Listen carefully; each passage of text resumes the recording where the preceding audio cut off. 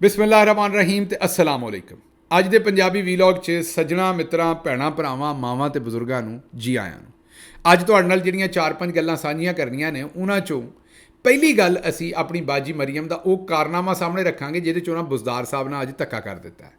ਲੇਕਿਨ ਜਦੋਂ ਇਹ ਗੱਲ ਅਸੀਂ ਖਬਰ ਤੁਹਾਡੇ ਸਾਹਮਣੇ ਰੱਖਣ ਦੀ ਪਲੈਨਿੰਗ ਕਰ ਰਹੇ ਸਾਂ ਆਪਣੀ ਟੀਮ ਦੇ ਨਾਲ, ਤੇ ਇੱਕ ਹੋਰ ਖਬਰ ਸੀ ਜਿਹੜੀ ਮੈਰਿਟ ਤੇ ਪਹਿਲੇ ਨੰਬਰ ਤੇ ਆਉਂਦੀ ਸੀ, ਉਹ ਸੀ ਭਾ ਸਫਦਰ ਦਾ ਬਿਆਨ।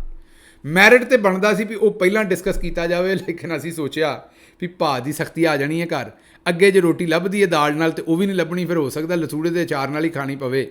ਇਸ ਲਈ ਅਸੀਂ ਇਹ ਫੈਸਲਾ ਭਾ ਦੇ ਆਪਣੇ ਇੰਟਰਸਟ ਦੇ ਵਿੱਚ ਕੀਤਾ ਵੀ ਪਹਿਲਾਂ ਆਪਾਂ ਮਰੀਮ ਦੀ ਗੱਲ ਹੀ ਪਹਿਲਾਂ ਰੱਖ ਲਈਏ, ਭਾ ਨੂੰ ਬਚਾ ਹੀ ਲਈਏ। ਗੱਲ ਤੇ ਉਹਦੀ ਪਹਿਲਾਂ ਕਰ ਦਿਆਂਗੇ, ਪਰ ਉਸ ਗਰੀਬ ਪਹਿਲੇ ਹੀ ਤੁਹਾਨੂੰ ਪਤਾ ਦਰਵੇਸ਼ ਆਦਮੀ ਹੈ, ਉਹਦੇ ਨਾਲ ਫਿਰ ਜਿਹੜਾ ਧੱਕਾ ਹੋਣਾ ਹੈ ਉਹ ਕਿਸੇ ਕੋਲੋਂ ਕਿਸੇ ਦੀ ਸੋਚ ਵੀ ਨਹੀਂ ਹੋਣਾ।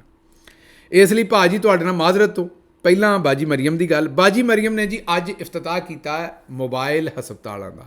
ਹਾਂਜੀ, ਇਹ ਧੱਕਾ ਤੁਸੀਂ ਸੋਚਦੇ ਹੋਵੋਗੇ ਬੁਜ਼ਦਾਰ ਸਾਹਿਬ ਨੇ ਕਿਸ ਤਰ੍ਹਾਂ ਕੀਤਾ, ਉਹ ਮੈਂ ਦੱਸਣਾ ਤੁਹਾਨੂੰ। ਪਹਿਲਾਂ ਮੋਬਾਈਲ ਤੇ ਗੱਲ ਕਰ ਲਈਏ ਥੋੜ੍ਹੀ ਜੀ। ਇਹ ਅਮਰੀਕਾ ਵਾਲੇ ਇਹਨੂੰ ਨਾ ਮੋਬਲ ਆਖਦੇ ਨੇ, ਮੋਬਲ ਫੋਨ, ਠੀਕ ਹੈ, ਮੋਬਾਈਲ ਨੂੰ ਮੋਬਲ ਫੋਨ, ਔਰ ਅਸੀਂ ਇਹਨੂੰ ਮੋਬਾਈਲ ਆਖਦੇ ਪਾਕਿਸਤਾਨ ਦੇ ਵਿੱਚ। ਤੇ ਜਿਹੜੇ ਪਿੰਡਾਂ ਨੂੰ ਤੁਰ ਪਈਏ ਤੇ ਕਈ ਸਾਡੇ ਬਾਬੇ ਦਾਦੇ ਜਿਹੜੇ ਚਾਚੇ ਨੇ ਉਹ ਮੋਬਾਈਲ ਵੀ ਆਖ ਦਿੰਦੇ ਨੇ, ਨਹੀਂ ਸਮਝ ਆਉਂਦਾ ਦੇਸੀ ਬੰਦੇ ਜੋ ਹੋਏ। ਬਹਰਹਾਲ ਇਹ ਜਿਹੜੀ ਸ਼ੈ ਵੀ ਤੁਰਦੀ ਫਿਰਦੀ ਹੋਵੇ ਇੱਕ ਥਾਂ ਤੋਂ ਦੂਸਰੀ, ਉਹਨੂੰ ਪਾਕਿਸਤਾਨ ਦੇ ਵਿੱਚ ਮੋਬਾਈਲ ਆਖ ਦਿੰਦੇ ਨੇ, ਅਮਰੀਕਾ 'ਚ ਮੋਬਾਈਲ ਆਖ ਦਿੰਦੇ ਨੇ। ਇਹ 2019 ਦੀ ਗੱਲ ਹੈ, ਮੈਂ ਬੁਜ਼ਦਾਰ ਸਾਹਿਬ ਦੇ ਨਾਲ ਸਾਂ। ਅਸੀਂ ਡੇਰਾ ਗਾਜ਼ੀ ਖਾਨ ਦੇ ਵਿੱਚ ਸਭ ਤੋਂ ਪਹਿਲੇ ਹਸਪਤਾਲ ਦਿੱਤੇ ਸਨ। ਇਹਨਾਂ ਨੂੰ ਹੁਣ ਪਾਕਿਸਤਾਨ ਕਿਉਂਕਿ ਮੋਬਾਈਲ ਆਖਿਆ ਜਾਂਦਾ ਤੇ ਅਸੀਂ ਮੋਬਾਈਲ ਹੀ ਆਖਾਂਗੇ। ਇਹ ਜਿਹੜੇ ਮੋਬਾਈਲ ਹਸਪੀਟਲ ਸਨ, ਅਤੇ ਇਹ ਡੇਰਾ ਗਾਜ਼ੀ ਖਾਨ ਦੇ ਵਿੱਚ ਮੈਨੂੰ ਅਗਰ ਮੈਂ ਗਲਤ ਨਹੀਂ ਤਾਂ 2 ਜਾਂ 3 ਹਸਪਤਾਲ ਅਸੀਂ ਉੱਥੇ ਦਿੱਤੇ ਸਨ, ਅਤੇ ਉਹਨਾਂ ਦਾ ਇਫਤਤਾਹ 2019 'ਚ ਬੁਜ਼ਦਾਰ ਸਾਹਿਬ ਨੇ ਕੀਤਾ ਸੀ। ਮੈਂ ਵੀ ਨਾਲ ਸਾਂ। ਮੀਡੀਆ ਨੂੰ ਅੰਦਰੋਂ ਬਾਹਰੋਂ ਸਾਰਾ ਦੱਸਿਆ ਸੀ ਵੀ ਹਸਪਤਾਲ ਦੇ ਵਿੱਚ ECG ਵੀ ਹੋ ਸਕਦੀ, ਸਾਰਾ ਬੁਨਿਆਦੀ ਜਿਹੜਾ ਇੱਕ ਬੇਸਿਕ ਹੈਲਥ ਦਾ ਯੂਨਿਟ ਹੁੰਦਾ ਉਹ ਸਾਰਾ ਉਸ ਹਸਪਤਾਲ ਦੇ ਵਿੱਚ ਉਸ ਮੋਬਾਈਲ ਯੂਨਿਟ ਦੇ ਵਿੱਚ ਫਿੱਟ ਕੀਤਾ ਸੀ। ਅਤੇ ਉਹ ਦੂਰ ਦਰਾਜ਼ ਇਲਾਕੇ ਜਿੱਥੇ ਹਸਪਤਾਲ ਨਹੀਂ, ਉੱਥੇ ਜਾ ਕੇ ਤੇ ਉਹ ਲੋਕਾਂ ਦੀ ਖਿਦਮਤ ਕਰਨਗੇ, ਲੋਕਾਂ ਨੂੰ ਚੈੱਕ ਕਰਨਗੇ, ਦਵਾਈ ਸ਼ਵਾਈ, ਉਹਨਾਂ ਦਾ ਕੋਈ ਬੁਨਿਆਦੀ ਟੈਸਟ ਔਰ ਉਹਨਾਂ ਦੇ ਮਾਮਲਾਤ ਹੋਣਗੇ। ਬਾਜੀ ਨੇ ਹੁਣ ਕਿੰਨੇ ਸਾਲਾਂ ਬਾਅਦ ਇਹ ਕੰਮ ਕੀਤਾ ਜੀ? ਤੁਸੀਂ 19 ਤੋਂ ਗਾਂ ਗਿਣ ਲਓ ਵੀ 5 ਸਾਲ ਹੋ ਗਏ ਨੇ ਪੂਰੇ। 5 ਸਾਲਾਂ ਬਾਅਦ ਬਾਜੀ ਨੇ ਉਹਨਾਂ ਹੀ ਟਰੱਕਾਂ ਨੂੰ ਦੁਬਾਰਾ ਨਵਾਂ ਰੰਗ ਰੋਗਨ ਕੀਤਾ। ਕੋਈ ਅਲੀ ਜਾਨ ਸਾਹਿਬ ਸੈਕਟਰੀ ਸਾਹਿਬ ਨੇ ਜਿਨ੍ਹਾਂ ਬਾਜੀ ਨੂੰ ਬੇਵਕੂਫ ਬਣਾਇਆ ਹੈ। ਕਿਉਂਕਿ ਵੇਖੋ, ਜਿਹੜਾ ਚੀਫ ਮਿਨਿਸਟਰ ਹੁੰਦਾ ਨਾ, ਉਹਨੂੰ ਸਾਰੀਆਂ ਗੱਲਾਂ ਨਹੀਂ ਪਤਾ ਹੁੰਦਾ। ਬਾਜੀ ਤੇ ਵਿਚਾਰੀ ਵੈਸੇ ਵੀ ਨਲਾਇਕ, ਕਿਹੜਾ ਕੋਈ ਪੜ੍ਹੀ ਲਿਖੀ ਹੈ। ਵੈਸੇ ਵੀ ਜਿਹੜਾ ਕੋਈ ਚੀਫ ਮਿਨਿਸਟਰ ਹੋਵੇ, ਮਤਲਬ ਮੈਨੂੰ ਵੀ ਤੁਸੀਂ ਚੀਫ ਮਿਨਿਸਟਰ ਲਾਓ ਤਾਂ ਮੈਨੂੰ ਸਾਰੀਆਂ ਗੱਲਾਂ ਦਾ ਤਾਂ ਨਹੀਂ ਪਤਾ ਹੋਣਾ ਨਾ। ਕੋਈ ਚੰਦ ਮੇਰੇ ਏਰੀਆਜ਼ ਹੋਣਗੇ ਜਿਨ੍ਹਾਂ ਦਾ ਮੈਨੂੰ ਪਤਾ ਹੋਏਗਾ। ਬਾਕੀ ਹੁਣ ਮੈਨੂੰ ਕੀ ਪਤਾ ਵੀ ਟੈਕਸ ਪੰਜਾਬ ਵਾਲੇ ਕਿਵੇਂ ਇਕੱਠਾ ਕਰਦੇ ਨੇ ਤੇ ਗੰਨੇ ਦੀ ਪੋਲਿਸੀ ਕੀ ਹੈ, ਤੇ ਫਲਾ ਉਹ ਸੈਕਟਰੀਆਂ ਨੇ ਦੱਸਣੀ ਹੁੰਦੀ ਹੈ, ਜਾਂ ਤੁਸੀਂ ਆਪ ਮਿਹਨਤ ਕਰਕੇ ਸਿੱਖਣੀ ਹੁੰਦੀ ਹੈ, ਜਾਂ ਆਪਣੇ ਕੋਲ ਮਸ਼ੀਰ ਇਹੋ ਜਿਹੇ ਰੱਖਣੇ ਹੁੰਦੇ ਨੇ। ਬਾਜੀ ਤਾਂ ਤੁਹਾਨੂੰ ਪਤਾ ਮਸ਼ਾਰਤ ਦੇ ਉੱਤੇ ਤਾਂ ਬਾਜੀ ਕੋਈ ਕਰਦੀ ਨਹੀਂ ਨਾ। ਬਾਜੀ ਤਾਂ ਸਾਡੇ ਭਾ ਸਫਦਰ ਦੀ ਗੱਲ ਨਹੀਂ ਸੁਣਦੀ ਚੰਗੀ ਤਰ੍ਹਾਂ, ਅਤੇ ਬਾਜੀ ਨੇ ਮਸ਼ਵਰਾ ਤਾਂ ਕਿਸੇ ਕੋਲ ਕਰਨਾ ਹੀ ਨਹੀਂ, ਮਸ਼ਾਵਰਤ ਵਾਲੀ ਗੱਲ ਤਾਂ ਹੈ ਹੀ ਨਹੀਂ ਬਾਜੀ ਕੋਲ। ਉਹ ਅਲੀ ਜਾਨ ਸਾਹਿਬ ਨੇ ਕੋਈ ਸੈਕਟਰੀ ਜਿਹਨਾਂ ਬਾਜੀ ਨੂੰ ਬੇਵਕੂਫ ਬਣਾਇਆ, ਉਹਨਾਂ ਕਿਹਾ ਜੀ ਇਹ ਇੱਕ ਐਸਾ ਕਦਮ ਤੁਸੀਂ ਚੁੱਕੋਗੇ ਚੀਫ ਮਿਨਿਸਟਰ ਸਾਹਿਬ ਆ ਕਿ ਤੁਹਾਡੀ ਬੱਲੇ ਬੱਲੇ ਹੋ ਜਾਏਗੀ। ਅਤੇ ਬਾਜੀ ਸਾਡੀ ਤਾਂ ਪਹਿਲਾਂ ਮਵਾਦ ਲੱਭਦੀ ਫਿਰਦੀ ਹੈ ਟਿਕਟਾਕਰ ਬਣਨ ਵਾਸਤੇ, ਟਿਕਟਾਕ ਕੱਢਣ ਵਾਸਤੇ, ਵੀ ਜਿਹੜੀ ਸ਼ੈ ਲੱਭ ਜਾਏ ਬਾਜੀ ਕੋਲੋਂ, ਜਿਹੜੀ ਸ਼ੈ ਦਾ ਮਰਜ਼ੀ ਜਿਹੜਾ ਨਾ ਉਹਦਾ ਅੱਜ ਕੱਲ੍ਹ ਇਫਤਤਾਹ ਕਰਾ ਲਓ। ਹੁਣ ਇਹ ਵੀ ਪਤਾ ਲੱਗਾ ਹੈ ਵੀ ਬਾਜੀ ਆਉਣ ਵਾਲੇ ਦਿਨਾਂ ਦੇ ਵਿੱਚ ਗਟਰਾਂ ਦੇ ਨਵੇਂ ਸਟਾਈਲ ਦੇ ਢੱਕਣਾਂ ਦਾ ਵੀ ਇਫਤਤਾਹ ਕਰਨ ਵਾਲੀ ਹੈ। ਹਾਂਜੀ, ਕੋਈ ਕਿਸੇ ਨਵੇਂ ਹੋਰ ਸੈਕਟਰੀ ਨੇ ਇਹ ਬਾਜੀ ਨੂੰ ਮੰਨਣ ਵੇਚਿਆ ਵੀ ਗਟਰਾਂ ਸਾਰਿਆਂ ਦੇ ਉੱਤੇ ਨਾ ਨੰਬਰ ਲੱਗੇ ਹੋਣੇ ਚਾਹੀਦੇ ਨੇ। ਹੁਣ ਪਤਾ ਨਹੀਂ ਕਰਦੇ ਨੇ ਕਿ ਨਹੀਂ, ਲੇਕਿਨ ਇਸ ਵੇਲੇ ਇਹ ਤਜਵੀਜ਼ ਜ਼ੇਰੇ ਗੌਰ ਹੈ ਕਿ ਗਟਰਾਂ ਦੇ ਉੱਤੇ ਨੰਬਰ ਲੱਗੇ ਹੋਣੇ ਚਾਹੀਦੇ ਨੇ। ਅਤੇ ਉਹ ਬਾਜੀ ਉਹਨਾਂ ਕਿਹਾ ਜੀ ਉਹ ਵੀ ਤੁਸੀਂ ਇਫਤਤਾਹ ਕਰੋ, ਅਤੇ ਬਾਜੀ ਨੇ ਐਗਰੀ ਕਰ ਲਿਆ, ਕਿਉਂਕਿ ਬਾਜੀ ਨੂੰ ਤਾਂ ਟਿਕਟੋਕ ਵਾਸਤੇ ਕੋਈ ਨਾ ਕੋਈ ਮਟੀਰੀਅਲ ਚਾਹੀਦਾ ਜਿਹੜਾ ਵੀ ਹੋਵੇ। ਇਹ ਹੁਣ ਜਿਹੜਾ ਬੁਜ਼ਦਾਰ ਸਾਹਿਬ ਦੀ ਗੱਲ ਮੈਂ ਕਿਉਂ ਕੀਤੀ ਕਿ ਉੱਥੇ ਅਸੀਂ DG ਖਾਨ ਗਏ ਸਾਂ, ਅਤੇ ਇਹ ਹਸਪਤਾਲ ਉੱਥੇ ਆਗਾਜ਼ ਕੀਤਾ ਸੀ, ਫਿਰ ਹੋਰ ਜ਼ਿਲ੍ਹਿਆਂ 'ਚ ਵੀ ਕੀਤਾ ਸੀ। ਹੁਣ ਬਾਜੀ ਨੂੰ ਸੈਕਟਰੀ ਸਾਹਿਬ ਨੇ, ਅਲੀ ਜਾਨ ਸਾਹਿਬ ਨੇ ਬਾਜੀ ਨੂੰ ਇਹ ਵੇਚਿਆ ਕਿ ਜਨਾਬੇ ਵਾਲਾ ਤੁਸੀਂ ਇਹ ਬਾਜੀ ਜੀ ਇਹ ਕੱਢੋ ਇਹ ਮੋਬਾਈਲ ਹਸਪਤਾਲ, ਅਤੇ ਤੁਹਾਡੀ ਵਾਹ ਵਾਹ ਹੋ ਜਾਏਗੀ, ਔਰ ਇਹ ਤੁਹਾਡਾ ਬੜਾ ਹੀ ਇੱਕ ਐਸਾ ਕਦਮ ਹੋਏਗਾ ਜਿਹੜਾ ਪਹਿਲੇ ਪਾਕਿਸਤਾਨ 'ਚ ਨਹੀਂ ਹੋਇਆ। ਹੁਣ ਜਿਸ ਵੇਲੇ ਬਾਜੀ ਨੇ ਐਲਾਨ ਕੀਤਾ ਤਾਂ ਸੋਸ਼ਲ ਮੀਡੀਆ ਨੇ ਤਸਵੀਰਾਂ ਲਾ ਭਰ ਦਿੱਤਾ ਵੀ ਇਹ ਤਾਂ ਬੁਜ਼ਦਾਰ ਸਾਹਿਬ ਨੇ 2019 'ਚ ਕੀਤਾ, ਅਤੇ ਮੈਂ ਨਾਲ ਸਾਂ, ਮੈਂ ਤਾਂ ਆਪ ਤੁਹਾਨੂੰ ਗਵਾਹੀ ਦੇਣ ਡਿਆ। ਲੇਕਿਨ ਬਾਜੀ ਨੇ ਉਸ ਤਕਰੀਬ 'ਚ ਕੀ ਆਖਿਆ ਉਹ ਸੁਣੋ ज़रा।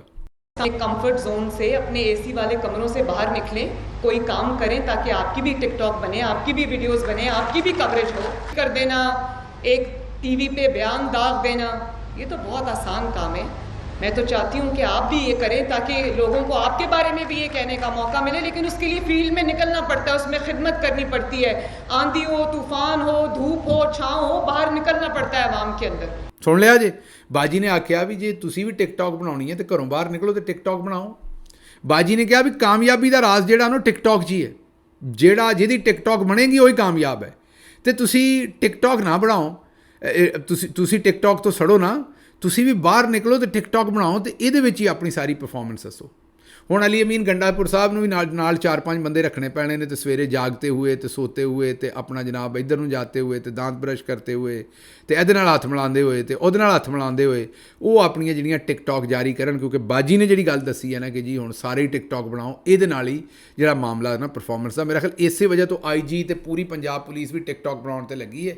ਉਹ ਵੀ ਮੁਜਰਮ ਸ਼ੁਜਰਮ ਜਾਂ ਕੱਚੇ ਦੇ ਡਾਕੂ ਸ਼ਾਕੂ ਫੜਨ ਦੇ ਚੱਕਰ 'ਚ ਨਹੀਂ ਲੱਗੇ, ਉਹ ਵੀ ਆਉਂਦੇ ਨੇ ਟਿਕਟੌਕ ਬਣਾਓ, ਕਿਉਂਕਿ ਚੀਫ ਮਿਨਿਸਟਰ ਜੋ ਆਂਦੀ ਹੈ ਵੀ ਟਿਕਟੌਕ ਬਣਾਓ ਤੇ ਉਹਦੇ 'ਤੇ ਪਰਫਾਰਮੈਂਸ ਹੁੰਦੀ ਹੈ। ਬਹਰਹਾਲ ਬੁਜ਼ਦਾਰ ਸਾਹਿਬ ਨਾਲ ਬਾਜੀ ਧੱਕਾ ਇਹ ਕਰ ਗਈ ਕਿ ਉਹਨਾਂ ਦੇ ਜਿਹੜੇ ਟਰੱਕ ਸਨ, ਮੋਬਾਈਲ ਜਿਹੜੇ ਉਹ ਲੈ ਕੇ ਆਏ ਸਨ, ਉਹਨਾਂ ਨੂੰ ਰੰਗ ਰੋਗਨ ਕਰਕੇ ਉੱਤੇ ਆਪਣੀ ਤਸਵੀਰ ਲਵਾ ਕੇ, ਬੁਜ਼ਦਾਰ ਸਾਹਿਬ ਦੀ ਤਸਵੀਰ ਨਹੀਂ ਸੀ ਲੱਗੀ ਹੋਈ ਕਿਉਂਕਿ ਸੁਪਰੀਮ ਕੋਰਟ ਦੀ ਇਜਾਜ਼ਤ ਨਹੀਂ, ਮਰੀਮ ਸਾਹਿਬਾ ਦੇ ਸੁਪਰੀਮ ਕੋਰਟ ਵੀ ਆਪਣੀ ਹੈ, ਚੌਧਰੀ ਨਿਜ਼ਾਮਦੀਨ ਵੀ ਆਪਣਾ ਹੈ, ਉਹਨਾਂ ਨੂੰ ਤਾਂ ਕੋਈ ਪੁੱਛਣ ਵਾਲਾ ਹੈ ਨਹੀਂ, ਤੇ ਮਰੀਮ ਸਾਹਿਬਾ ਨੇ ਆਪਣੀ ਤਸਵੀਰ ਉੱਤੇ ਲਵਾ ਛੱਡੀ ਤੇ ਬੁਜ਼ਦਾਰ ਸਾਹਿਬ ਨੂੰ ਕਿਸੇ ਕਿਸਮ ਦਾ ਕ੍ਰੈਡਿਟ ਦਿੱਤਾ ਨਹੀਂ। ਤੇ ਇਹ ਤਾਂ ਇੱਕ ਹੋ ਗਈ ਉਹਨਾਂ ਦੀ ਜ਼ਿਆਦਤੀ, ਤੇ ਇਹ ਅੱਜ ਦਾ ਉਹਨਾਂ ਦਾ ਜਿਹੜਾ ਝੂਠ ਸੀ, ਇੱਕ ਤਾਂ ਟਿਕਟੌਕ ਵਾਲਾ ਤੇ ਇੱਕ ਇਹ। ਦੂਸਰਾ ਮੇਰਾ ਬਾਜੀ ਨੂੰ ਇੱਕ ਮਸ਼ਵਰਾ ਹੈ, ਤੁਸੀਂ ਉਹ ਸੁਣ ਵੀ ਲਿਆ ਹੋਏਗਾ ਜਦੋਂ ਅਲੀ ਜਾਨ साहब ਦੇ ਬਾਰੇ ਉਹ ਗੱਲ ਕਰਦੀਆਂ ਸਨ। दूर बैठे अली मेरी जगह पे आके बैठो, आ जाओ। अल्लाह ताला ने उस 6 हफ्तों के अंदर, ये आप देख रहे हैं आपके चारों तरफ वो फील्ड हॉस्पिटल्स खड़े हैं माशाल्लाह, ये एक इम्पॉसिबल टास्क था अल्लाह ताला की मदद के बगैर। और मेरे जो दोनों ऑनरेबल हेल्थ मिनिस्टर्स बैठे हैं, ख्वाजा सलमान रफ़ीक साहब, ख्वाजा इमरान नज़ीर साहब, और फिर मैं नाम लूँगी अली जान का, जो हमारे हेल्थ के डिपार्टमेंट के सेक्रेटरी हैं, हेल्थ मिनिस्ट्री के सेक्रेटरी हैं, कमाल का इंसान है। मेरा ख्याल है दिन रात 24 घंटे उसकी ज़िंदगी में सवाए काम के और कुछ है नहीं। कहाँ है अली? अली मुझे नज़र नहीं आ रहा। अली इतनी दूर बैठे, अली मेरी जगह पे आके बैठो, आ जाओ। ਬਾਜੀ ਜੀ ਸਾਡੀ ਨਾ ਸਕਾਫਤ ਦੇ ਵਿੱਚ ਜ਼ਰਾ ਆਪ ਤੁਸੀਂ ਕਰਕੇ ਗੱਲ ਕਰੀਦੀ ਹੈ। ਇਹ ਸੈਕਟਰੀ ਜਿਹੜਾ ਹੁੰਦਾ ਨਾ, ਉਹ ਜ਼ਾਹਿਰ ਹੈ ਇਹ ਹੁਣ ਸਾਡੇ ਬਿਊਰੋਕਰੇਟ ਵੀ ਤੇ ਆਪਣੀ ਇੱਜ਼ਤ ਨਹੀਂ ਰਖਵਾਉਂਦੇ ਨਾ, ਮੁਸੀਬਤ ਹੈ ਕਿ ਇਹ ਵੀ ਤੇ ਹੁਣ ਜਿਹੜੇ ਨੇ ਉਹ ਜ਼ਾਤੀ ਖਾਦਮ ਹੀ ਬਣੇ ਹੋਏ ਨੇ ਨਾ, ਇਹ ਵੀ ਤੇ ਮੇਰਾ ਖਿਆਲ ਜੁੱਤੀਆਂ ਹੀ ਸਿੱਧੀਆਂ ਕਰਦੇ ਫਿਰਦੇ ਨੇ ਹੁਣ। ਬਹਰਹਾਲ ਸੈਕਟਰੀ ਤੇ ਗ੍ਰੇਡ 21 ਦੇ ਵਿੱਚ ਬੜਾ ਮੁਤਬਰ ਉਹਦੇ 'ਚ ਪੰਜਾਬ ਦਾ ਜਿਹੜਾ ਸੂਬਾਈ ਸੈਕਟਰੀ ਗ੍ਰੇਡ 21 ਦੇ ਵਿੱਚ ਹੁੰਦਾ ਹੈ, ਉਹ ਇੱਕ ਸੀਨੀਅਰ ਬਿਊਰੋਕਰੇਟ ਹੁੰਦਾ ਹੈ, ਤੇ ਉਹਨੂੰ ਜਿਹੜਾ ਬਗੈਰ ਅਲੀ ਜਾਨ ਸਾਹਿਬ ਕਹਿਣ ਤੋਂ ਔਰ ਉਹਨੂੰ ਤੁਮ ਦੇ ਸੀਗੇ ਨਾਲ ਬੁਲਾਉਣ ਤੋਂ ਇੱਕ ਚੀਫ ਮਿਨਿਸਟਰ ਨੂੰ ਜ਼ੇਬ ਨਹੀਂ ਦਿੰਦਾ। ਉਹ ਮਰਦ ਹੋਵੇ ਤੇ ਭਾਵੇਂ ਔਰਤ ਹੋਵੇ, ਇਹਦੇ 'ਚ ਔਰਤ ਮਰਦ ਦੀ ਗੱਲ ਨਹੀਂ ਹੈ, ਬੇਸ਼ੱਕ ਉਹ ਮਰਦ ਹੋਵੇ, ਇਹ ਤੁਮ ਕਹਿ ਕੇ ਇਹ ਜ਼ੇਬ ਨਹੀਂ ਦਿੰਦਾ। ਤੇ ਬਾਜੀ ਇੱਕ ਤੇ ਹੁਣ ਤੁਸੀਂ ਚੀਫ ਮਿਨਿਸਟਰ ਬਣ ਗਏ ਹੋ ਤੇ ਥੋੜ੍ਹੀ ਜੀ ਕੋਈ ਮੇਰੀ, ਕਿਉਂਕਿ ਤੁਸੀਂ ਭੈਣ ਹੋ, ਲੋਕ ਇਤਰਾਜ਼ ਕਰਦੇ ਨੇ ਮੇਰੇ ਨਾਲ ਕਿ ਤੇਰੀ ਬਾਜੀ ਨੂੰ ਤਾਂ ਬਿਲਕੁਲ ਹੀ ਤਮੀਜ਼ ਨਹੀਂ ਹੈ ਯਾਰ, ਤੇ ਇਸ ਲਈ ਮੇਰੀ ਵੀ ਇਹਦੇ ਵਿੱਚ ਥੋੜ੍ਹੀ ਬਹੁਤ ਬੇਇੱਜ਼ਤੀ ਹੁੰਦੀ ਹੈ। ਤੇ ਤੁਸੀਂ ਮਿਹਰਬਾਨੀ ਕਰਕੇ ਥੋੜ੍ਹੀ ਜੀ ਕਿਸੇ ਦੇ ਕੋਲੋਂ, ਕਿਸੇ ਸਿਆਣੇ ਬੰਦੇ ਕੋਲੋਂ ਪੁੱਛ ਲਓ ਕਿ ਆਪ ਜਨਾਬ ਕਹਿ ਕੇ ਗੱਲ ਕਿਸ ਤਰ੍ਹਾਂ ਕਰੀਦੀ। ਹੁਣ ਫਸ ਜੂ ਗਏ ਹੋ, ਚੀਫ ਮਿਨਿਸਟਰ ਬਣ ਜੂ ਗਏ ਹੋ, ਜਦੋਂ ਤੱਕ ਤੇ ਤੁਸੀਂ ਆਪਣਾ ਰਾਏਵਿੰਡ ਦੀ ਸ਼ਹਿਜ਼ਾਦੀ ਸੋ ਤਾਂ ਚਲੋ ਠੀਕ ਹੈ, ਤੁਮ ਕਹਿ ਕੇ ਗੱਲ ਕਰ ਸਕਦੇ ਹੋ। ਹੁਣ ਥੋੜ੍ਹਾ ਜਿਹਾ ਸੀਗਾ ਬਿਹਤਰ ਕਰੋ, ਜਦੋਂ ਸਪੈਸ਼ਲੀ ਤੁਸੀਂ ਇੱਕ ਚੀਫ ਮਿਨਿਸਟਰ ਦੇ ਤੌਰ 'ਤੇ ਖਲੋਤੇ ਸਪੀਚ ਕਰ ਰਹੇ ਹੋ, ਤੇ ਉਸ ਵੇਲੇ ਜਿਹੜਾ ਨਾ ਉਹ ਇੱਕ 21 ਗ੍ਰੇਡ ਦੇ ਸੈਕਟਰੀ ਨੂੰ ਤੁਮ ਕਹਿ ਕੇ ਕਰੋਗੇ ਤਾਂ ਉਹਦਾ ਪੂਰਾ ਮਹਿਕਮਾ ਵੀ ਉਹਨੂੰ ਫਿਰ ਬਾਅਦ 'ਚ ਵਿਚਾਰੇ ਨੂੰ ਛਿੱਤਰ ਹੀ ਮਾਰੇਗਾ, ਉਹਦੀ ਇੱਜ਼ਤ ਨਹੀਂ ਕਰੇਗਾ। ਇਸ ਲਈ ਅਲੀ ਜਾਨ ਸਾਹਿਬ ਨੇ ਤੁਹਾਨੂੰ ਬੇਵਕੂਫ ਬਣਾਇਆ, ਗੱਲ ਠੀਕ ਹੈ ਕਿ ਉਹਨਾਂ ਬੁਜ਼ਦਾਰ ਸਾਹਿਬ ਦਾ ਜਿਹੜਾ ਪ੍ਰੋਜੈਕਟ ਸੀ ਉਹ ਤੁਹਾਨੂੰ ਵੇਚਿਆ ਬੇਵਕੂਫ ਬਣਾ ਕੇ, ਲੇਕਿਨ ਬਹਰਹਾਲ ਫਿਰ ਵੀ ਤੁਸੀਂ ਉਹਨਾਂ ਨਾਲ ਤੁਮ ਕਹਿ ਕੇ ਗੱਲ ਨਾ ਕਰੋ, ਉਹਨਾਂ ਦੇ ਨਾਲ ਜ਼ਰਾ ਬਿਹਤਰ ਤਰੀਕੇ ਨਾਲ ਗੱਲ ਕਰੋ ਤੇ ਬਿਹਤਰ ਹੋਏਗਾ। ਅੱਛਾ ਜੀ, ਅਗਲੀ ਖਬਰ ਜਿਹੜੀ ਹੈ ਉਹ ਤੁਹਾਡਾ ਵਾਅਦਾ ਕੀਤਾ ਸੀ ਕਿ ਭਾ ਸਫਦਰ ਦੀ ਕਰਾਂਗੇ। ਭਾ ਸਫਦਰ ਨੇ ਬਿਆਨ ਕੀ ਠੋਕਿਆ, ਸੁਣੋ। मरीम नवाज के ऊपर काफ़ी तनकीद हो रही है जब से उनकी गवर्नमेंट आई है कि वो सिर्फ शो ऑफ कर रही है, टिकटॉक बना रही है, अमली इक़दाम कुछ नज़र नहीं आ रहा। उनकी इस तनकीद पर अवाम को क्या रिस्पॉन्ड करेंगे? लोग मरीम नवाज के साथ जलन रखते हैं, बुग़्ज़ रखते हैं, तो सड़ने वाले का मुँह। ਸੁਣ ਲਿਆ ਜੀ, ਭਾ ਨੇ ਕਿਹਾ ਕਿ ਜਿਹੜੀ ਹੈ ਨਾ ਭੈਣ ਸਾਡੀ, ਉਹਨਾਂ ਦੀ ਭੈਣ ਨਹੀਂ, ਉਹਨਾਂ ਦੀ ਤਾਂ ਬੁੱਢੀ ਹੈ, ਜ਼ਾਹਿਰੀ ਗੱਲ ਹੈ। ਤੇ ਲੇਕਿਨ ਕਹਿਣ ਦਾ ਮਤਲਬ ਇਹ ਹੈ ਕਿ ਭਾ ਸਫਦਰ ਨੇ ਕਿਹਾ ਵੀ ਉਹਨਾਂ ਕੋਲ ਸੜਦੇ ਨੇ ਸਾਰੇ, ਬਾਜੀ ਮਰੀਮ ਕੋ ਸਾਰੇ ਸੜਦੇ ਨੇ, ਬਾਜੀ ਹੋਰ ਕੋਈ ਕੰਮ ਐਸਾ ਭੈੜਾ ਨਹੀਂ ਕਰਦੀ। ਇਹ ਸਾਰੀ ਜਲਨ ਹੈ ਬਾਜੀ ਮਰੀਮ ਦੇ ਖਿਲਾਫ ਨੇ ਸਾਰੇ ਲੋਕ, ਬਾਜੀ ਨੇ ਤਾਂ ਕੋਈ ਗਲਤ ਕੰਮ ਨਹੀਂ ਕੀਤਾ, ਬਾਜੀ ਤੇ ਸਾਰੇ ਚੰਗੇ ਕੰਮ ਕਰਦੀ ਹੈ, ਸਿਰਫ ਸੜਦੇ ਨੇ ਲੋਕੀ ਤੇ ਇਸ ਵਜ੍ਹਾ ਤੋਂ ਉਹਨਾਂ ਦੇ ਖਿਲਾਫ ਗੱਲ ਕਰਦੇ ਨੇ। ਅੰਦਰੋਂ ਭਾ ਨੂੰ ਵੀ ਪਤਾ ਵੀ ਗੱਲ ਕੀ ਹੈ, ਅੰਦਰੋਂ ਭਾ ਸਾਰਿਆਂ ਤੋਂ ਸਿਆਣਾ ਬੰਦਾ ਹੈ, ਭਾ ਇਸ ਪੂਰੇ ਟੱਬਰ ਦੇ ਵਿੱਚ ਸਿਆਣਾ ਬੰਦਾ, ਆਪਣੀ ਇੱਜ਼ਤ ਨੂੰ ਕੁੰਜੀ ਫਿਰਦਾ, ਬਚਾਈ ਫਿਰਦਾ। ਇਸ ਸਾਰੇ ਮੁਸ਼ਕਿਲ ਮਾਹੌਲ 'ਚ ਸੋਚੋ ਕੋਈ ਹੋਰ ਬੰਦਾ ਹੁੰਦਾ ਤੇ ਕਸ਼ਟ ਕੱਟ ਸਕਦਾ ਸੀ ਜਿਹੜਾ ਆਪਣਾ ਕੈਪਟਨ ਸਫਦਰ ਸਾਹਿਬ ਕੱਟਣ ਡਏ ਨੇ। ਇਸ ਤੋਂ ਸਿਆਣਾ ਬੰਦਾ ਹੋ ਨਹੀਂ ਸਕਦਾ। ਉਹਨਾਂ ਨੇ ਦਬੇ ਛੁਪੇ ਅਲਫਾਜ਼ ਦੇ ਵਿੱਚ ਕਹਿ ਦਿੱਤਾ ਹੈ ਕਿ ਬਾਜੀ ਜ਼ਰਾ ਬਾਜ਼ ਆਵੇ ਆ ਟਿਕਟਾਕਾਂ ਤੋਂ ਤਾਂ ਦੀ ਬਿਹਤਰ ਹੈ। ਲੇਕਿਨ ਹੁਣ ਕਹਿੰਦੇ ਕੀ, ਉਹਨਾਂ ਆਖਿਆ ਜੀ ਲੋਕੀ ਜਿਹੜੇ ਨਾ ਉਹ ਸੜਦੇ ਨੇ, ਹੋਰ ਗੱਲ ਕੋਈ ਨਹੀਂ। ਅੱਛਾ ਜੀ, ਅਗਲੀ ਖਬਰ ਜਿਹੜੀ ਤੁਹਾਨੂੰ ਦੇਣੀ ਹੈ ਨਾ, ਉਹ ਜਿਹੜਾ ਪਾਕਿਸਤਾਨ ਦਾ ਇਸ ਵੇਲੇ ਕਰਜ਼ਾ ਹੈ ਨਾ ਜੀ ਚਾਈਨਾ ਦੇ ਨਾਲ, ਉਹ ਬੜਾ ਖਤਰਨਾਕ ਹੱਦ ਤੱਕ ਵੱਧ ਗਿਆ ਜੀ। 524 ਅਰਬ ਰੁਪਇਆ ਸਾਡਾ ਕਰਜ਼ਾ ਹੋ ਗਿਆ ਜਿਹੜੇ ਬਿਜਲੀ ਘਰ ਲਾਏ ਸਨ। ਇਹ ਤੁਸੀਂ ਜ਼ਰਾ ਸਾਡੇ ਤੇ ਸੋਚੋ, ਸਾਡੇ ਕੋਲ ਬਿਜਲੀ ਨਹੀਂ ਹੁੰਦੀ, ਫਿਰ ਅਸੀਂ ਇੰਨੀ ਬਿਜਲੀ ਬਣਾ ਲੈਂਦੇ ਹਾਂ ਕਿ ਸਾਨੂੰ ਸਮਝ ਨਹੀਂ ਆਉਂਦੀ ਵੀ ਹੁਣ ਬਿਜਲੀ ਇਸਤੇਮਾਲ ਕਿੱਥੇ ਕਰਨੀ ਹੈ। ਮਤਲਬ ਇੰਨੇ ਬਿਜਲੀ ਘਰ ਲਾ ਲੈਂਦੇ, ਉਹਨਾਂ ਦਾ ਸਾਨੂੰ ਇੰਨਾ ਕਿਰਾਇਆ ਪੈ ਜਾਂਦਾ, ਬਿਜਲੀ ਘਰਾਂ ਦਾ ਕਿਰਾਇਆ ਜਿਹੜਾ ਜਿਹਨਾਂ ਉਹ 2200 ਅਰਬ ਹੈ ਸਾਲ ਦਾ। ਕਿੰਨਾ? 2200 ਅਰਬ ਜਿਹੜਾ ਤੁਸੀਂ ਦੇਣਾ। ਅਤੇ ਪੂਰੀ ਜਿਹੜੀ ਜ਼ਿਮੀਂਦਾਰ ਦੀ ਕਣਕ ਹੈ ਉਹ ਤੁਹਾਨੂੰ ਪਤਾ ਕਿੰਨੇ ਦੀ ਜੇ? 3000 ਅਰਬ ਦੀ। ਉਹ ਤੁਹਾਡਾ ਸਭ ਤੋਂ ਵੱਡਾ ਇੱਕ ਐਸਟ ਹੈ, ਤੁਸੀਂ ਕਹਿ ਲਓ ਕਿ ਤੁਹਾਡੀ ਸਭ ਤੋਂ ਜ਼ਿਆਦਾ ਵੱਡਾ ਜਿਹੜਾ ਅਨਾਜ ਤੁਸੀਂ ਕਰਦੇ ਹੋ 3000 ਅਰਬ ਦਾ, ਅਤੇ 2200 ਅਰਬ ਸਿਰਫ ਤੁਸੀਂ ਫੂਕ ਰਹੇ ਹੋ ਬਿਜਲੀ ਦੇ ਜਿਹੜੇ ਬਿਜਲੀ ਘਰ ਨੇ ਉਹਨਾਂ ਨੂੰ। ਪਹਿਲਾਂ ਇਹ ਲੋਕ ਮਿਸਮੈਨੇਜਮੈਂਟ ਕਰਦੇ ਨੇ ਅਤੇ ਕਿਸੇ ਚੀਜ਼ ਦਾ ਕਾਲ ਪਾਉਂਦੇ ਨੇ, ਜਿਸ ਵੇਲੇ ਕਾਲ ਪੈ ਜਾਂਦਾ ਤਾਂ ਫਿਰ ਇਹ ਬਹੁਤੀ ਮੰਗਵਾਉਂਦੇ ਨੇ, ਆਪਣਾ ਕਮਿਸ਼ਨ ਬਣਾਉਂਦੇ ਨੇ। ਇਹੀ ਇਹਨਾਂ ਕੰਮ ਬਿਜਲੀ 'ਚ ਕੀਤਾ। ਦੂਜਾ ਕੰਮ, ਕਣਕ ਸਾਡੇ ਕੋਲ ਪਹਿਲਾਂ ਘੱਟ ਹੁੰਦੀ ਹੈ ਅਤੇ ਫਿਰ ਇੰਨੀ ਮੰਗਵਾ ਦਿੰਦੇ ਨੇ ਬਾਹਰੋਂ ਕਿ ਫਿਰ ਸਮਝ ਨਹੀਂ ਆਉਂਦੀ ਵੀ ਕਿਸ ਪਾਸੇ ਨੂੰ ਜਾਣਾ। 46 ਲੱਖ ਮੈਟਰਿਕ ਟਨ ਪਹਿਲਾਂ ਪਈ ਸੀ ਅਤੇ 34 ਲੱਖ ਮੈਟਰਿਕ ਟਨ ਇਹਨਾਂ ਨੇ ਬਾਹਰੋਂ ਮੰਗਵਾ ਲਈ ਬਾਅਦ ਦੇ ਵਿੱਚ। ਉਹ ਹੁਣ ਇੰਨੀ ਗੰਦਮ ਹੋ ਗਈ ਵੀ ਉਹਨੂੰ ਦੀ ਸਮਝ ਨਹੀਂ ਆਉਂਦੀ ਵੀ ਉਹਨੂੰ ਕਿਸ ਪਾਸੇ ਨੂੰ ਲੈ ਕੇ ਜਾਈਏ। ਇਹ ਤੁਸੀਂ ਇੱਕ ਹਿਸਾਬ ਇਹਨਾਂ ਦਾ ਵੇਖਿਆ ਵੀ ਪਹਿਲਾਂ ਚੀਜ਼ ਨੂੰ ਥੋੜ੍ਹਾ ਕਰ ਦਿਓ, ਮਿਸਮੈਨੇਜ ਕਰੋ ਕਿ ਉਹਦਾ ਕਾਲ ਪਵੇ, ਫਿਰ ਇੰਨੀ ਲਿਆ ਕੇ ਸੁੱਟੋ ਕਿ ਬਹੁਤਾਤ ਹੋ ਜਾਏ ਅਤੇ ਸਮਝ ਨਾ ਆਵੇ ਉਹਨੂੰ ਵਰਤਣਾ ਕਿੱਥੇ ਅਤੇ ਉਹਨੂੰ ਇਸਤੇਮਾਲ ਕਿੱਥੇ ਕਰਨਾ। ਬਸ ਵਿੱਚੋਂ ਆਪਣਾ ਕਮਿਸ਼ਨ ਬਣਾਓ ਅਤੇ ਪਤਲੀ ਗਲੀ ਨਿਕਲ ਜਾਓ। ਇਹ ਇਹਨਾਂ ਦਾ ਕੰਮ ਜੇ। ਅਤੇ ਮੁਲਕ ਦੇ ਨਾਲ ਜੋ ਵੀ ਹੁੰਦਾ ਉਹ ਉਹੀ ਹੋ ਰਿਹਾ ਜੋ ਅੱਜ ਕਿਸਾਨ ਦੇ ਨਾਲ ਹੋ ਰਿਹਾ, ਅਤੇ ਇਹ ਤੁਹਾਡੇ ਸਾਹਮਣੇ ਹੈ ਜੋ ਸੂਰਤ ਹਾਲ। ਅੱਛਾ ਜੀ, ਉਸ ਤੋਂ ਬਾਅਦ ਅਗਲੀ ਖਬਰ ਜਿਹੜੀ ਤੁਹਾਨੂੰ ਦੇਣੀ ਹੈ ਉਹ ਸ਼ਹਬਾਜ਼ ਸ਼ਰੀਫ ਸਾਹਿਬ ਨੇ ਫਿਰ ਬਿਆਨ ਠੋਕਿਆ। ਕੀ ਠੋਕਿਆ ਸੁਣੋ ज़रा। मैं आज बतौर खादिम पाकिस्तान आपकी खिदमत में अर्ज करना चाहता हूँ कि मेरे वालिद मरहूम भी एक मजदूर थे।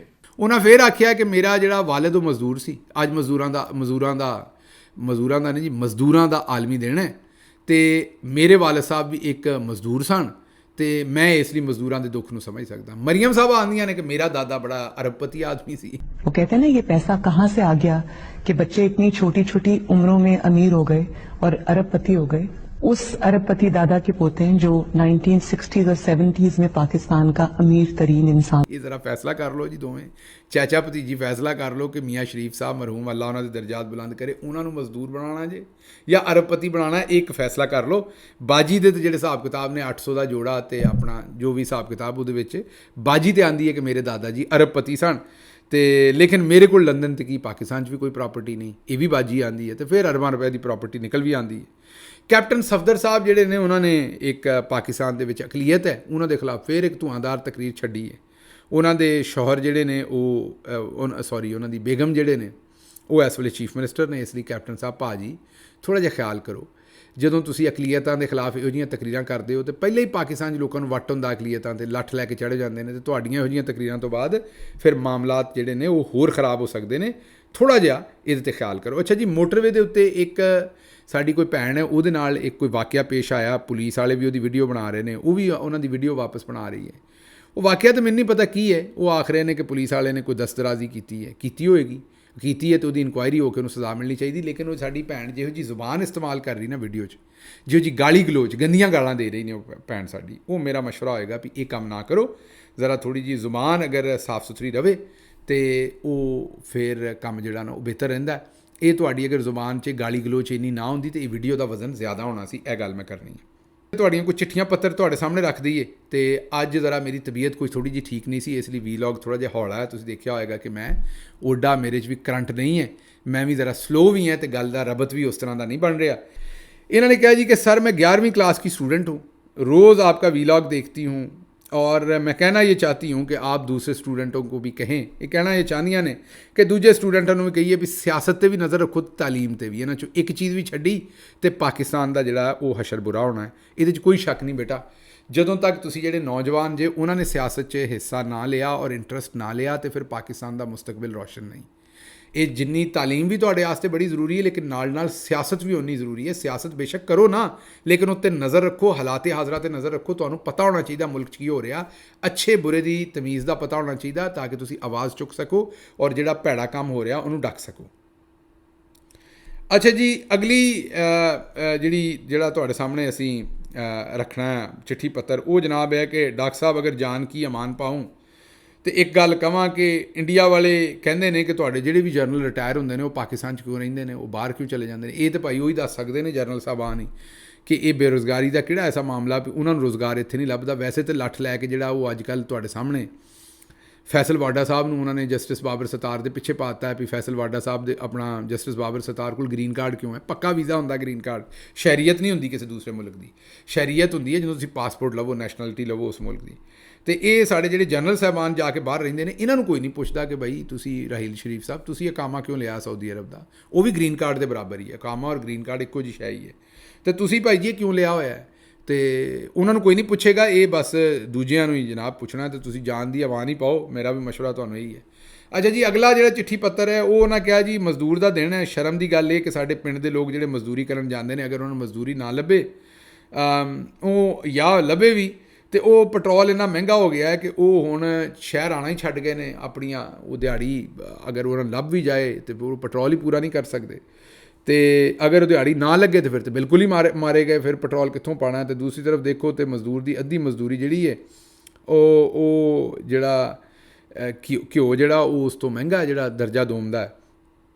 ਗਿੱਲ ਸਾਹਿਬ ਮਜ਼ਦੂਰ ਸੜਕਾਂ 'ਤੇ ਆਉਣ ਨੂੰ ਤਿਆਰ ਨੇ, ਇਹਨਾਂ ਨੂੰ 9 ਮਈ ਦਾ ਡਰ ਲੱਗਦਾ ਹੈ। ਉਹ ਕਹਿੰਦੇ ਨੇ ਕਿ ਕੋਈ ਸਾਨੂੰ ਨਾਲ ਲੈ ਕੇ ਚੱਲੇ ਤੇ ਸਾਨੂੰ ਰੋਟੀ ਪਾਣੀ ਵੀ ਬੇਸ਼ੱਕ ਨਾ ਦਿਓ, ਕੋਈ ਜ਼ਹਿਮਤ ਅਸੀਂ ਨਹੀਂ ਦੇਵਾਂਗੇ, ਸਾਨੂੰ ਕੋਈ ਨਾਲ ਲੈ ਕੇ ਚੱਲੇ। ਵੇਖੋ ਇਹ 9 ਮਈ ਤੇ ਸਾਰਾ ਇੱਕ ਫਰਾਡ ਕੀਤਾ ਗਿਆ ਸੀ ਪਾਕਿਸਤਾਨ ਦੇ ਨਾਲ। ਇਹ ਹੁਣ 9 ਮਈ ਦੇ ਡਰ ਤੋਂ ਇਹ ਤਾਂ ਨਹੀਂ ਕਿ ਅਸੀਂ ਕਦੀ ਆਵਾਜ਼ ਹੀ ਨਹੀਂ ਚੁੱਕਣੀ, ਆਵਾਜ਼ ਤਾਂ ਚੁੱਕਣੀ ਪੈਣੀ ਆਪਣੇ ਹਕੂਕ ਵਾਸਤੇ। ਇਹ ਬਿਲਕੁਲ ਤੁਸੀਂ ਮਜ਼ਦੂਰਾਂ ਦੀ ਜਿਹੜੀ ਪਰੇਸ਼ਾਨੀ ਦੱਸੀ ਹੈ ਜਾਇਜ਼ ਦੱਸੀ ਹੈ, ਬਿਲਕੁਲ ਮਜ਼ਦੂਰਾਂ ਦੇ ਨਾਲ ਜ਼ੁਲਮ ਹੋ ਰਿਹਾ ਹੈ ਔਰ ਇਹਦੇ 'ਚ ਕੋਈ ਦੋ ਰਾਏ ਨਹੀਂ ਹੈ। ਗਿੱਲ ਸਾਹਿਬ ਮੈਂ ਤੁਹਾਡਾ ਵੀਲੌਗ ਵੇਖਦਾ ਤੇ 2-3 ਦਿਨਾਂ ਤੋਂ ਮਰੀਮ ਬਾਜੀ ਦਾ ਕੋਈ ਜ਼ਿਕਰ ਨਹੀਂ। ਕੀ ਗੱਲ ਉਹਨਾਂ ਦੀ ਤਬੀਅਤ ਠੀਕ ਹੈ ਬਾਜੀ ਦੀ ਕਿ ਨਹੀਂ? ਲਓ ਜੀ, ਮੇਰੀ ਤਬੀਅਤ ਥੋੜ੍ਹੀ ਜਿਹੀ ਠੀਕ ਨਹੀਂ, ਬਹਰਹਾਲ ਅੱਜ ਬਾਜੀ ਦਾ ਜ਼ਿਕਰ ਹੋ ਗਿਆ ਜਨਾਬ, ਤੁਸੀਂ ਕਿਹਾ ਤੇ ਅਸੀਂ ਜ਼ਿਕਰ ਕਰ ਦਿੱਤਾ। ਅੱਛਾ ਜੀ, ਇਹ ਬੜਾ ਅਹਿਮ ਕਮੈਂਟ ਹੈ। ਉਹਨਾਂ ਨੇ ਕਿਹਾ ਕਿ ਇਹ ਜਿਹੜਾ ਚਿੱਠੀ ਪੱਤਰ ਹੈ ਨਾ ਇਹ ਬੜਾ ਅਹਿਮ ਹੈ। ਉਹਨਾਂ ਨੇ ਕਿਹਾ ਕਿ ਜੀ ਪੰਜਾਬ ਬਿਲਖਸੂਸ ਲਾਹੌਰ ਦੇ ਜਿਹੜੇ ਹਸਪਤਾਲ ਨੇ ਨਾ ਉਹਨਾਂ ਦੀ ਸੂਰਤ ਹਾਲ ਬੜੀ ਖ਼ਰਾਬ ਹੈ। ਜਾਲੀ ਤਰੀਕੇ ਨਾਲ ਹਰ ਜਗ੍ਹਾ 'ਤੇ ਇਹਨਾਂ ਨੇ ਜਨਾਬ ਆਪਰੇਸ਼ਨ ਥੀਏਟਰ ਬੰਦ ਕੀਤੇ ਨੇ। ਕਿਤੇ ਆਉਂਦੇ ਨੇ ਤਾਮੀਰੀ ਕੰਮ ਹੋ ਰਿਹਾ, ਕਿਤੇ ਆਉਂਦੇ ਨੇ ਕੁਝ ਹੋਰ ਹੋ ਰਿਹਾ, ਤੇ ਉੱਥੇ ਕਿਸੇ ਦਾ ਆਪਰੇਸ਼ਨ ਨਹੀਂ ਕਰਦੇ। ਆਪਣੀ ਕਹਾਣੀ ਦਾ ਆਪਣੀ ਰੋਦਾਤ ਦੱਸ ਰਹੇ ਨੇ ਕਿ ਮੇਰੇ ਵਾਲਦ ਸਾਹਿਬ ਵੀ ਬਿਮਾਰ ਹੋ ਗਏ ਸਨ ਤੇ ਉਹਨਾਂ ਨੂੰ ਲੈ ਕੇ ਥਾਂ ਥਾਂ 'ਤੇ ਫਿਰਦੇ ਰਹੇ ਆ। ਤੇ ਜਿਹੜੇ ਹਸਪਤਾਲ ਜਾਂਦੇ ਸਨ ਉੱਥੇ ਉਹ ਆਉਂਦੇ ਸਨ ਸਾਡਾ ਆਪਰੇਸ਼ਨ ਥੀਏਟਰ ਕੰਮ ਨਹੀਂ ਕਰਦਾ। ਤੇ ਉਹਨਾਂ ਨੇ ਕਿਹਾ ਇੱਥੇ ਆਮ ਬੰਦਾ ਕਿੱਧਰ ਨੂੰ ਜਾਏ? ਤੇ ਇਸ ਵਜ੍ਹਾ ਤੋਂ ਉਹਨਾਂ ਨੇ ਕਿਹਾ ਇਸ ਮਾਮਲੇ ਦੇ ਉੱਤੇ ਗੱਲ ਕਰੋ। ਹਰ ਬੰਦਾ ਪ੍ਰਾਈਵੇਟ ਹਸਪਤਾਲ 'ਤੇ ਨਹੀਂ ਜਾ ਸਕਦਾ। ਇਸ ਲਈ ਜੀ ਇਹਦੇ 'ਤੇ ਹੁਣ ਮੈਂ ਗੱਲ ਕੀ ਕਰਾਂ? ਬਾਜੀ ਨੇ ਤਾਂ ਤੁਹਾਡੇ ਸਾਹਮਣੇ ਬੁਜ਼ਦਾਰ ਸਾਹਿਬ ਦਾ ਪ੍ਰੋਜੈਕਟ 5 ਸਾਲ ਪੁਰਾਣਾ ਲਾਂਚ ਕਰਕੇ ਤੇ ਉਹਨੂੰ ਨਵਾਂ ਨਾਂ ਦੇ ਕੇ ਤੇ ਬਾਜੀ ਚਾਹੁੰਦੀ ਹੈ ਵੀ ਤਾੜੀਆਂ ਵੀ ਵਜਾਓ।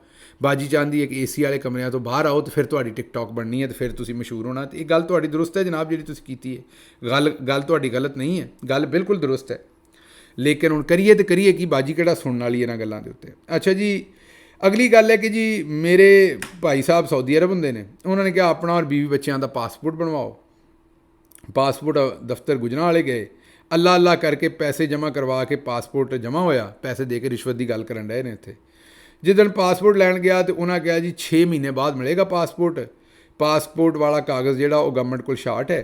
ਫਿਰ ਮੈਨੂੰ ਯਾਦ ਆਇਆ ਕਿ ਇਮਰਾਨ ਖਾਨ ਨੇ ਸਿਟੀਜ਼ਨ ਪੋਰਟਲ ਐਪ ਬਣਾਈ ਸੀ ਤੇ ਇਸ ਐਪ ਦੇ ਮੇਰੇ ਕਾਫੀ ਕੰਮ ਹੋ ਗਏ ਸਨ। ਉਹਨਾਂ ਆਖਿਆ ਵੀ ਉਸ ਐਪ 'ਤੇ ਮੈਂ ਜਿਸ ਵੇਲੇ ਕੰਪਲੇਨ ਕਰਦਾ ਸੀ ਮੇਰੇ ਕੰਮ ਹੋ ਜਾਂਦੇ ਸਨ ਤੇ ਮੈਂ ਉਸ ਦੇ ਉੱਤੇ ਸ਼ਿਕਾਇਤ ਦਰਜ ਕਰਾਈ ਜੋ 4 ਦਿਨ ਤੋਂ ਉੱਥੇ ਹੀ ਪਈ ਹੈ, ਕੋਈ ਇਸ ਸ਼ਿਕਾਇਤ 'ਤੇ ਕੰਮ ਨਹੀਂ ਹੋਇਆ ਤੇ ਸਾਡੇ ਮੁਲਕ ਦਾ ਬਿਲਕੁਲ ਬੇੜਾ ਗਰਕ ਹੋ ਗਿਆ। ਉਹ ਹੁਣ ਭਾਈ ਜੀ ਉਹ ਸ਼ਿਕਾਇਤ ਜਿਹੜੀ ਸੀ ਉਹ ਤਾਂ ਪੂਰਾ ਇੱਕ ਸੈੱਲ ਅਸੀਂ ਚਲਾਉਂਦੇ ਸਾਂ ਉੱਥੇ ਵਜ਼ੀਰ ਆਜ਼ਮ ਹਾਊਸ ਦੇ ਵਿੱਚ, ਮੈਂ ਵੀ ਉਹਦੇ 'ਚ ਇਨਵੋਲਵ ਸਾਂ ਤੇ ਉਹ ਵਜ਼ੀਰ ਆਜ਼ਮ ਹਾਊਸ ਦੇ ਵਿੱਚ। ਲੇਕਿਨ ਮੇਨ ਕੰਮ ਉਹ ਆਜ਼ਮ ਖਾਨ ਸਾਹਿਬ ਜਿਹੜੇ ਵਜ਼ੀਰ ਆਜ਼ਮ ਦੇ ਪ੍ਰਿੰਸੀਪਲ ਸੈਕਟਰੀ ਸਨ ਉਹ ਇਮਰਾਨ ਖਾਨ ਸਾਹਿਬ ਨੂੰ ਮੇਨਲੀ ਉਹ ਰਿਪੋਰਟ ਕਰਦੇ ਸਨ। ਲੇਕਿਨ ਉਹਦਾ ਜਿਹੜਾ ਮੀਡੀਆ ਨਾਲ ਰਿਲੇਟਡ ਜਾਂ ਤੁਹਾਡੀਆਂ ਜਿਹੜੀਆਂ ਸ਼ਿਕਾਇਤਾਂ ਪੂਰੀਆਂ ਨਹੀਂ ਸੀ ਹੁੰਦੀਆਂ ਜਾਂ ਉਹਨਾਂ 'ਚ ਜਿਹੜਾ ਕੋਈ ਪ੍ਰੋਬਲਮ ਹੁੰਦੇ ਸੀ ਉਹਨੂੰ ਮੈਂ ਵੀ ਵੇਖਦਾ ਸਾਂ ਕੁਝ ਨਾ ਕੁਝ।